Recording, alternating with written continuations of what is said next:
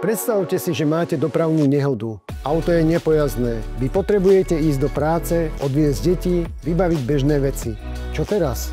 Máte nárok na náhradné vozidlo? A kto vám ho preplatí?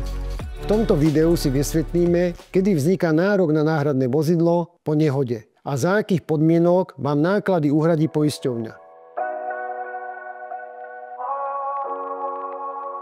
Ak ste boli účastníkom dopravnej nehody, ktorú zavinil niekto iný, máte plný nárok na náhradu škody z jeho PZP, teda povinného zmluvného poistenia. Čo to znamená? Ak je vaše vozidlo nepojazdné alebo v servise, môžete si zabezpečiť náhradné auto. Napríklad na dosádzanie do práce, školu, podnikanie alebo starostlivosť o rodinu. Nárok máte od dňa nehody až do ukončenia opravy alebo vyplatenia totálnej škody. A dobrá správa je, že nemusíte čakať na schválenie poisťovne. Auto si môžete prenajať a náklady si neskôr uplatniť. Ale pozor, poisťovňa vám preplatí len primerané náklady. Ak ste jazdili na Fabii z prenajmu automobilu napríklad značky Audi Q5, vám zrejme preplatia len čas. Dôležité je uchovať si faktúru a zmluvu o prenajme. Ak ste boli viníkom nehody, môžete mať nárok na náhradné vozidlo len vtedy, ak to máte dohodnuté v rámci havarijného poistenia. Znie to ako detail, ale nie je. Náhradné vozidlo býva voliteľné pri poistení alebo súčasť balíka. Niektoré poisťovne dokonca automaticky ponúkajú asistenciu a vozidlo zabezpečia za vás. Takže, ak havarujete, pozrite si zmluvu.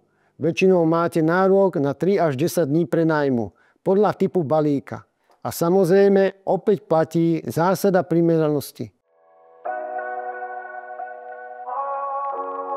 Mnoho ľudí si v strese z nehody vozidlo jednoducho prenajme a rieši až potom. Môžete to urobiť, ale nezabudnite na 3 veci. Musíte náhradné auto reálne používať. Teda nie len pre istotu, ale na konkrétny účel. Práca, rodina, podnikanie. Musíte mať doklady, faktúru alebo zmluvu o prenajme. Musí ísť o primerané náklady. A čo ak poisťovňa náhradu zamietne? V niektorých prípadoch sa dá nárok vymáhať aj súdne. Najmä ak máte všetko riadne zdokladované. Keď si to na záver celé zhrnieme, ak nie ste viník, nárok na náhradné vozidlo máte z PZP druhej strany. Ak ste viník, pomôže vám len havarijné poistenie s krytím náhradného vozidla. A v oboch prípadoch platí, prenajať si auto môžete aj sami. Ale doklady a primeranosť sú kľúčové. Dajte si pozor na detaily v zmluvách, uložte si všetko, čo sa týka prenajmu a v prípade pochybností sa radšej poradte s odborníkom. Ak vám toto video pomohlo, dajte like alebo zdieľajte. A do komentára mi pokojne napíšte, ak máte otázky alebo akú máte vlastnú skúsenosť.